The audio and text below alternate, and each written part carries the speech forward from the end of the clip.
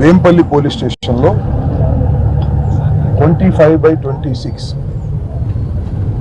రామ్మూని రెడ్డి అనే తెలుగుదేశం నాయకుడు ఇచ్చినటువంటి కంప్లైంట్ మీద రిజిస్టర్ చేసిన కేసులో నన్ను పోలీసు వారు విచారణకు రమ్మనగా నేను ప్రత్యేకంగా గుంటూరు నుంచి విచారణకు రావడం జరిగింది.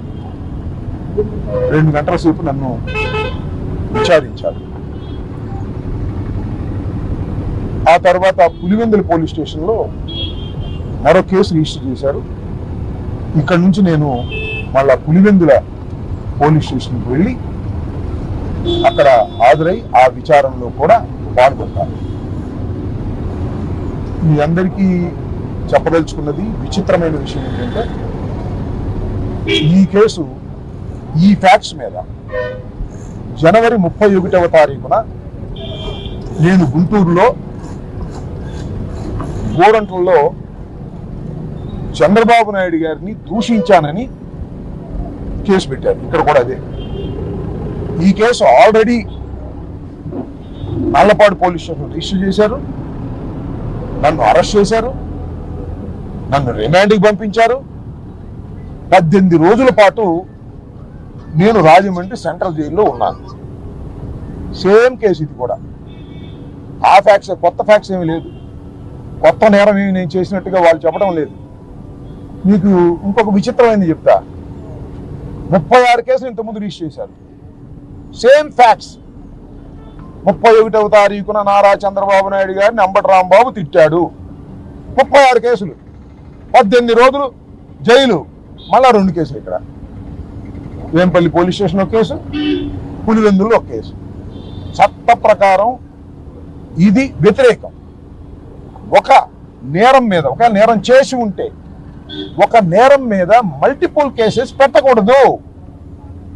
ఇది న్యాయస్థానాల తీర్పు ప్రకారం అయినా పెట్టారు. ఎందుకు పెట్టారు? లోకేష్ బాబు గారు ఆదేశాలు, చంద్రబాబు నాయుడు గారు ఆదేశాలు. అంబటి రాంబాబుని వేధించాలి, అంబటి రాంబాబుని తిప్పాలి అనేటువంటి ఒక కక్షపూరితమైనటువంటి వాతావరణంలో ఈ రకమైన కేసులన్నీ పెట్టి మమ్మల్ని ఇబ్బంది పెట్టాలని చూస్తున్నారు. నన్నే కాదు, ఇవాళ చిత్తూరులో పూడి శ్రీహరి, మా జనరల్ సెక్రటరీ, మీడియా చూస్తుంటాడు. ఆయన కూడా చంద్రబాబు నాయుడు గారి మీద ఏదో ఒక పోస్ట్ పెట్టాడని ఒకసారి అరెస్ట్ చేశారు. అరెస్ట్ చేస్తే కోర్టు వారు బెయిల్ ఇచ్చారు. మళ్ళీ హైకోర్టుకి వెళ్ళారు. హైకోర్టు వారు బెయిల్ సస్పెండ్ చేశారు. మళ్ళీ ఇప్పుడు అరెస్ట్ చేశారు. మళ్ళీ బెయిల్ ఇచ్చారు ఇంతకుముందే చిత్తూరు కోర్టు. మళ్ళీ అరెస్ట్ చేయడానికి సిద్ధంగా ఉన్నారు. అంటే ఏంది నాకు అర్థం కాల. ఒకటి. రెండవది, సజ్జల భార్గవరెడ్డి సోషల్ మీడియా చూసినటువంటి వ్యక్తి. ఆయన మీద కేసుల మీద కేసులు పెట్టారు. పోలీస్ స్టేషన్కి తిప్పుతున్నారు. ఇన్వెస్టిగేషన్ పేరు మీద ప్రశ్నలు అడుగుతారు. పిచ్చి ప్రశ్నలు, అన్ని పిచ్చి ప్రశ్నలే అడుగుతారు. గంటల తరబడి కూర్చోబెడతారు.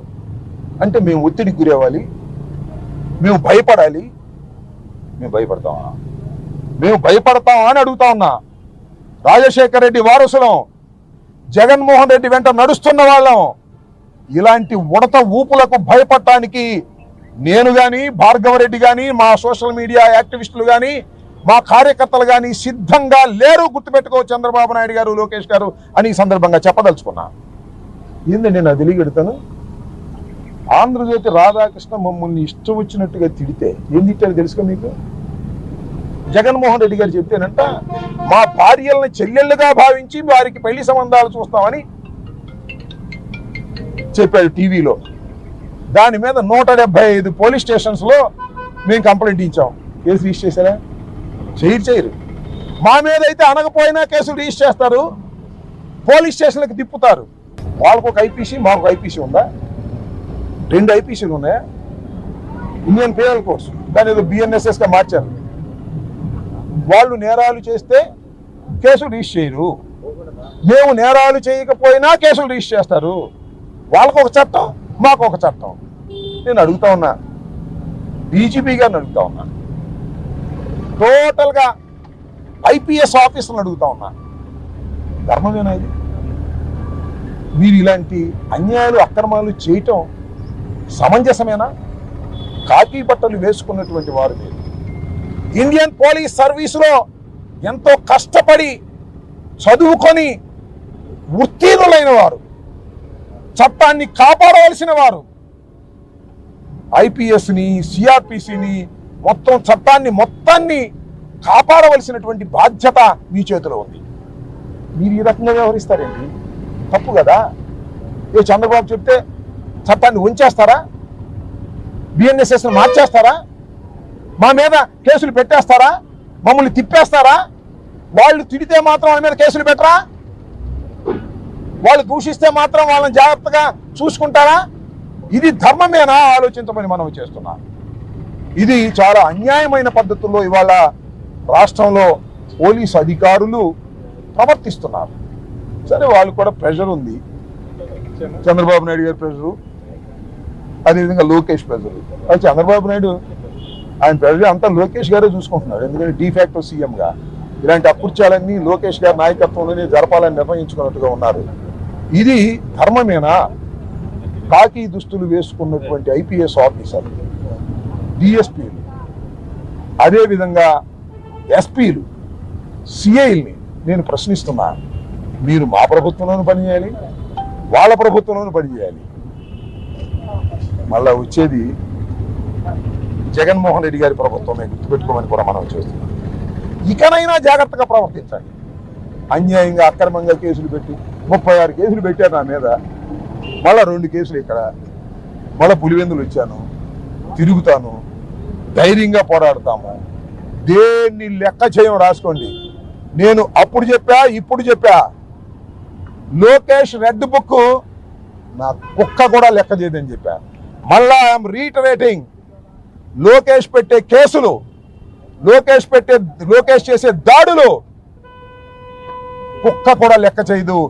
ధైర్యంగా పోరాడతాం, అవసరమైతే ప్రాణాలకు తెగించి పోరాడతాం. గుర్తుపెట్టుకోండి, వైఎస్ఆర్ కాంగ్రెస్ పార్టీ కార్యకర్తలందరూ కూడా రాటు తేలుతున్నారు. అవసరమైతే జైళ్లు నింపేస్తాం. గుర్తుపెట్టుకోమని మనం చేస్తున్నాం. కేసులు పెడితే న్యాయస్థానాల్లో ఎదుర్కొంటాం, ధైర్యంగా ముందుకు సాగుతాం. ఇలాంటి పిచ్చి పిచ్చి వేషాలు వేసి వైఎస్ఆర్ కాంగ్రెస్ పార్టీ కార్యకర్తల్ని అణచాలని, భయపెట్టాలని ప్రయత్నం చేసేటటువంటి ఈ కూటమి ప్రభుత్వం బుద్ధి తెచ్చుకోండి. ఇకనైనా ఇంకా 3 సంవత్సరాలు మీరు పరిపాలించాలి, భగవంతుడు దయతలిస్తే. ఈ 3 సంవత్సరాలైనా ఒళ్ళు దగ్గర పెట్టుకొని చంద్రబాబు నాయుడు, లోకేష్ పరిపాలన చేస్తే మీకు ఏదన్నా ఉపయోగం ఉంటుంది తప్ప, ఇలా చేస్తే మీరు ప్రజాస్వామ్య పద్ధతుల్లో సర్వనాశనం అయిపోతారనేది కూడా గుర్తుపెట్టుకోండి. మీరు పరిపాలన చేయండి, అభివృద్ధి చేయండి, పోలీసులతో లా అండ్ ఆర్డర్ కాపాడండి. అక్కడక్కడ విలేకరుని చంపేశారు పాప, ఆంధ్రజ్యోతి విలేకరుని, రౌడీ షీటర్, దాన్ని ఆపలేకపోయారు. ఇవాళ ఎవరో ఇంకొక సాక్షి విలేకరు మీద దౌర్జన్యం చేసి కొట్టారు, దాన్ని ఆపలేకపోయారు. పోలీసులందరూ నేరాలని ఆపడానికో, నేరం చేసిన వాళ్ళని శిక్షించడానికో లేరు. వైసీపీని అనసాలంటే, చంద్రబాబు నాయుడు గారిని ఎవరన్నా ఏదైనా విమర్శిస్తే వాళ్ళని అనసాలి, మా నాయకులందరూ లోపల పెట్టాలి. ఇలాంటి దుర్మార్గమైన ఆలోచనలోనే పోలీసులను ఉపయోగించుకుంటున్నారు. ఇది సమంజసం కాదు, గుర్తుపెట్టుకోమని కూడా మనవి చేస్తున్నా.